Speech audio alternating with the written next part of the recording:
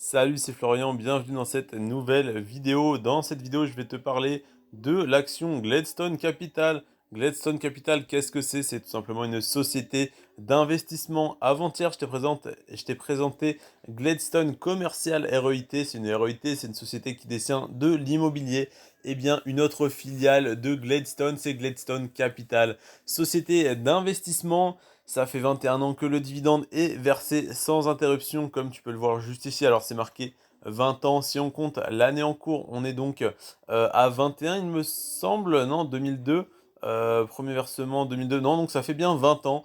Petite erreur de ma part, donc ça fait 20 ans que le dividende est versé sans interruption.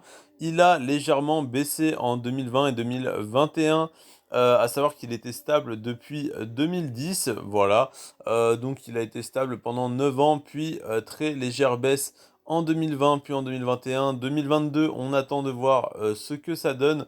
Je ne sais pas ce qui est annoncé pour cette année, en tout cas, voilà, on verra bien. Je pense que du coup, ouais, on va être encore sur une légère diminution, quoique, non, bah non, on devrait être à peu près comme l'année précédente. En tout cas, on reste quand même sur des rendements qui sont relativement intéressants. Là, il y a 7,85 qui est annoncé. Là, j'avais noté 7,3 au 1er juin. Et sur Boursorama, tac, tac, tac, Gladstone Capital, je venais de le chercher. Si on regarde déjà le cours sur 10 ans, tac, on est à 8% de rendement, 8% de rendement, on a à peu près 90% des bénéfices, 95 qui sont reversés aux actionnaires, un PER de 12,5, de 12,35, c'est très très correct, hein. On est sur un PER qui me convient totalement. L'action a plutôt, voilà, relativement bien marché là sur un an. Non, attends, faut qu'on regarde sur un peu plus. Tac, tac, tac. Ouais, c'était donc depuis mars 2020, elle était tombée à 4 dollars. Elle s'est très très bien relevée, elle était remontée à 12. Et là, elle est redescendue à 10 récemment. Donc là, sur un mois, voilà, on a connu une très forte baisse, moins 12% ce mois-ci. Donc potentiellement une très bonne opportunité d'achat, un bon point d'entrée. Avec donc une action à 10 dollars et un dividende à 80 centimes. On est exactement à 8%. C'est excellent, hein. C'est un très bon, c'est un très bon rendement, c'est une très bonne opportunité. En plus, l'action est solide, le groupe est solide sur 10 ans. On voit qu'il se dessine quand même une tendance haussière. Et si jamais on retombait à des niveaux aux alentours des 8 dollars, comme on était il y a 10 ans, donc qu'on annulait en fait la croissance qui a eu lieu sur les 10 dernières années, bah, ça nous ferait un rendement sur le dividende qui serait bien supérieur à ce qu'il est actuellement, parce que bah, 8 dollars avec 80 centimes de dividende, ça ferait un rendement à 10%. Donc, si jamais on devait se passer de croissance sur le cours de l'action, bah, ça serait au profit du dividende qui du coup serait de l'ordre de 10%. Donc, dans tous les cas, on serait extrêmement gagnant. Donc voilà, Gladstone, du coup, Capital, donc la société d'investissement du groupe Gladstone, qui est extrêmement intéressante. Tac, tac, tac, juste là. Comme je te disais, donc la croissance était de 55% quand j'ai fait mon analyse début juin. Depuis, l'action a pas mal baissé, mais du coup, le rendement du dividende était à 7,3. Il est actuellement à 7,9. Il est pratiquement à 8. Ouais, il est à 7,99. Donc, on va dire 8%. Donc, voilà, on a un rendement de 8% pour une croissance de l'ordre de 20 à 30%. Un PER qui était à 11,9, qui est à 12,35, donc voilà, on est pareil. Et ça fait donc 20 ans que le dividende est versé sans interruption, donc c'est vraiment bah, très stable et très intéressant, même s'il a légèrement diminué récemment.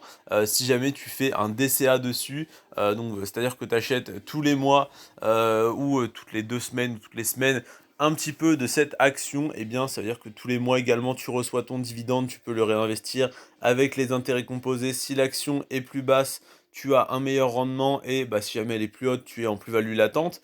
Donc là, je te montre sur Trade Republic le plan d'investissement programmé que j'ai prévu de faire sur toutes mes actions à dividendes pour compte titre. Donc j'ai commencé à le faire sur Realty Income. J'ai déjà acheté, enfin ça s'est acheté automatiquement le mois dernier, le 3 juin, le 2 ou 3 juin, il me semble, pour 10 euros de l'action Realty Income. Il me reste 10 euros en portefeuille. Tu vois que les 10 euros que j'ai investis sur Realty Income ont déjà pris 40 centimes de valeur, hein, donc ont déjà pris 0,4%.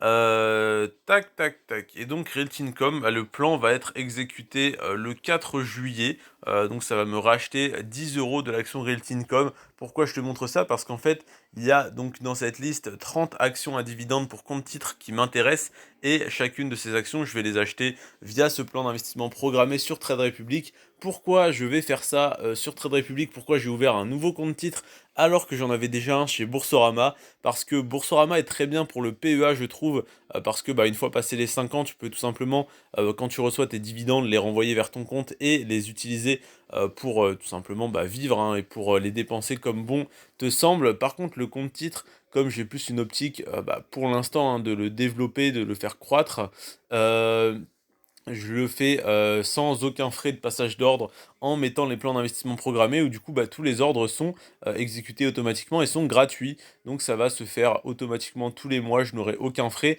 et simplement le jour où je veux revendre, eh bien j'aurai 1 € de frais par ligne, hein, donc par action, que j'en ai pour 10 euros ou pour 10 000 € de l'action, ça sera 1 € de frais. Et en plus de ça, bah, je ne compte pas revendre, du moins très rarement, hein, faire d'arbitrage ponctuel parce que je vais simplement recevoir mes dividendes et soit les réinvestir, soit en profiter. Petit inconvénient du compte titre, c'est que tu es directement imposé à 30% sur tous les dividendes que tu reçois. Mais voilà, pour les sommes un peu plutôt négligeables que je vais recevoir pour l'instant, c'est pas grave. Et dans tous les cas, bah, le but, ça sera de sortir de l'argent un jour ou l'autre. Donc bah, voilà, il faudra bien passer par là. Donc Gladstone Capital, société d'investissement très intéressante, je trouve.